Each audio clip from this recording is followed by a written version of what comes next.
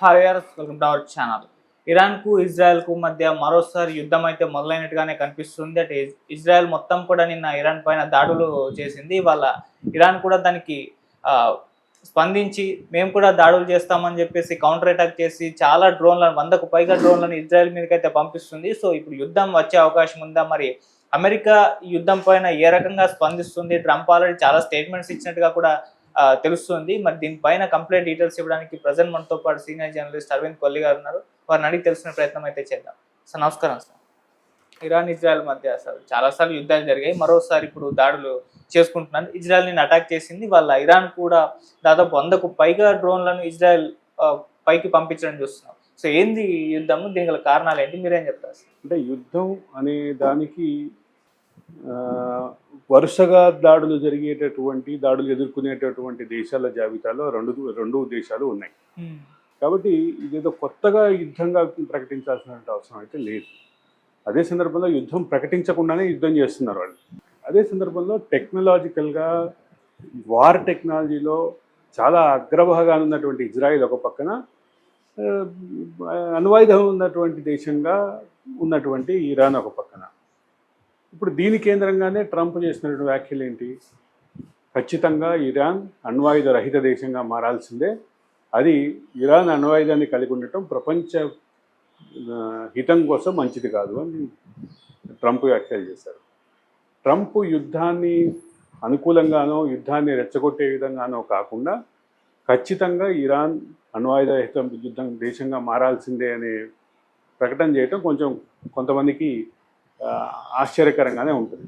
అదొక్కటే కాకుండా అంటే ప్రపంచానికి సంబంధించిన యుద్ధరహిత దిశగా తీసుకెళ్ళాలి అనేటటువంటి ఒక భావం ఏదైతే ఉందో ఆ భావం కూడా దానికి దోహదపడుతుంది. అయితే ఇది ఇక్కడ ఇంతటితో ఆగలేదు. ఇరాన్ ఇరాకుల మీదుగా వెళ్ళేటటువంటి ఫ్లైట్లని అంతర్జాతీయంగా అనేక దేశాలు రూట్లు మార్చినటువంటి పరిస్థితి. అంటే చివరికి ఏం జరగబోతుందంటే ఇరాన్ను ఐసోలేట్ చేయాలనేటటువంటి ప్రయత్నాలు, ప్రపంచ దేశాలతో ఐసోలేట్ చేయాలనేటువంటి ప్రయత్నాలు. అదే సందర్భంలో భారత్ లాంటి దేశాలు ఇరాన్తో సత్సంబంధాలు కలిగి ఉన్నాయి. మనం ఇరాన్ నుంచి పైప్ లైన్ ఏదైతే ఉందో, ప్రతిపాదన ఉందో, ముడి చమురు పైప్ లైన్, దాన్ని మరింత ముందుకు తీసుకెళ్లేటటువంటి క్రమంలో ఆపరేషన్ సింధూర్ సందర్భంగా కూడా పెట్టినటువంటి కండిషన్స్లో భారత కండిషన్ ఇది. ఆ పైప్ లైన్కి కొంత భూభాగం పాకిస్తాన్లోంచి వస్తుంది, కాబట్టి పాకిస్తాన్ దానికి సహకరించాలి అనేటువంటి కండిషన్ పెట్టారు. మొత్తం మీద వాణిజ్య అవసరాలు, ఆయిల్ సిండికేటు, ఇవన్నీ ఓపెక్ దేశాలు, ఇవన్నీ కూడా చాలా కీలకమైనటువంటి పాత్ర పోషిస్తాయి. ఎందుకంటే ఇరాన్ అనేది ఒక కీలకమైనటువంటి భాగస్వామి. ప్రపంచ వాణిజ్యంలో ఇరాన్ను ఒక కీలకమైన, ముఖ్యంగా ముడి చమురు విషయంలో కీలకమైనటువంటి భాగస్వామి. కాబట్టి ఈ ముడి చమురు అనేక దేశాల్లో రాజకీయాల్ని శాసిస్తుంది, అదే సందర్భంలో అంతర్జాతీయంగా దౌత్య సంబంధాలను కూడా శాసిస్తుంది అనేటటువంటి విషయం ఏదైతే ఉందో దాని నేపథ్యంలో ఆలోచిస్తే మాత్రం ఇరాన్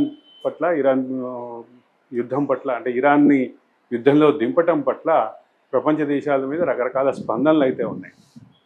అంటే ఇరాన్ ఇరాక్ అనేటటువంటి ఆ జోన్ ఏదైతే ఉందో ఆ జోన్ మొత్తాన్ని, ఆ జోన్ని కనెక్ట్ చేయకుండా ఫ్లైట్లు నడపాలనేటటువంటి ప్రపంచంలో కొన్ని దేశాలకి సంబంధించిన నిర్ణయం ఏదైతే ఉందో ఆ నిర్ణయం ప్రభావం కూడా తీవ్రంగానే ఉంటుందని చెప్పక తప్పదు.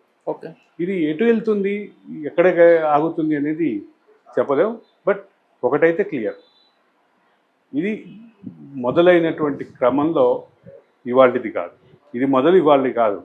ఇరాన్ తోటి ప్రత్యక్ష యుద్ధాలు, ఇజ్రాయెల్ తోటి ప్రత్యక్ష యుద్ధాలు ఇక్కడ కొత్త కాదు, ఆ రెండింటి మధ్య కూడా కొత్త కాదు. కానీ ఇప్పుడు ఇంటెన్సిఫై అయినటువంటి నేపథ్యంలో ప్రపంచ దేశాల వాణిజ్యం మీద ఏ రకమైన ప్రభావం పడుతుందనేది చూడాలి. ఇది ఇక్కడతోటి ఆగుతుందా? అదే సందర్భంలో ట్రంప్ చెప్పినటువంటి వ్యాఖ్య, ఇరాన్ ఖచ్చితంగా అణ్వాయుధ రహిత దేశంగా మారాలి, ఇరాన్ అణ్వాయుధం కలిగి ఉండటం ఖచ్చితంగా ప్రపంచ దేశాలకి మంచి కాదు, హితం కాదు అని అన్నారు. ఆ రకమైనటువంటిది ఆచరణ రూపంలోకి వస్తే మాత్రం అది ఎక్కడ ఆగుతుందో ఏంటో కీలకంగానే గమనించాలనేది సార్ కీలక దీని ఎఫెక్ట్ ఇటు భారత్ పైన కూడా పడుతుందని చెప్పేసి చెప్తున్నారు. ఆల్రెడీ స్టాక్ మార్కెట్ పడిపోయింది వీళ్ళ వార్ వల్ల అని కూడా అంటున్నారు. ఎంత ప్రభావం చూపించే ఛాన్స్ ఉంది? భారత్ ఇరాన్ తోటి ప్రత్యక్షంగానే ఆర్థిక వాణిజ్య సంబంధాలు, ఎగుమతులు దిగుమతులకు సంబంధించిన సంబంధాలు కలిగి ఉంది. అది దాంతోపాటు భారత్ తన దౌత్య విధానాన్ని వివిధ దేశాలతోటి డీల్ చేసేటటువంటి దౌత్య విధానాన్ని రూపొందించే క్రమంలో ఇరాన్ నుంచి భారత్కి పైప్ లైన్ చుట్టూనే భారత్ దౌత్య విధానం ఈ పర్టికులర్ సరిహద్దు దేశాలతోటి కండిషన్స్ని రూపొందించడంలో ఉంది. ఇది ఒక ముఖ్యమైన అంశం కాబట్టి ఇరాన్ నుంచి మనకి చాలా వస్తాయి. డ్రై ఫ్రూట్స్ అనేది కుంకుమ పువ్వు నుంచి మొదలు పెడితే చాలా డ్రై ఫ్రూట్స్ మనకి ఇరాన్ ఒక ప్రధానమైనటువంటి మనకి ఎగుమతి మనం దిగుమతి చేసుకునేటువంటి దేశం కాబట్టి ఈ ట్రేడ్కి సంబంధించిన అంశంలో కానీ అదే సందర్భంలో ఇరాన్ నుంచి భారత్కు ఉన్నటువంటి దౌత్య సంబంధాల విషయంలో ఓపెక్ దేశాల్లో కీలక పాత్ర పోషించేటువంటి ఇరాన్ తోటి చేసుకోవాలనుకుంటున్నటువంటి పైప్ లైన్కి సంబంధించినటువంటి ఏర్పాటు కానీ ఇవన్నీ కూడా ఉన్నాయి కాబట్టి వీటన్నిటి నేపథ్యంలో మరింత అంటే మంచి సంబంధాలు ఉండాలి అని భారత్ కోరుకుంటుంది. భారత్ కోరుకోవటం ద్వారా అంతర్జాతీయంగా రాబోయే ఒత్తిళ్లు, వాటికి సంబంధించినటువంటి ఒత్తిళ్లకు సంబంధించినటువంటి ప్రభావాలు ఇవన్నీ కూడా కీలకమైనటువంటి అంశాలుగానే భావించాలి.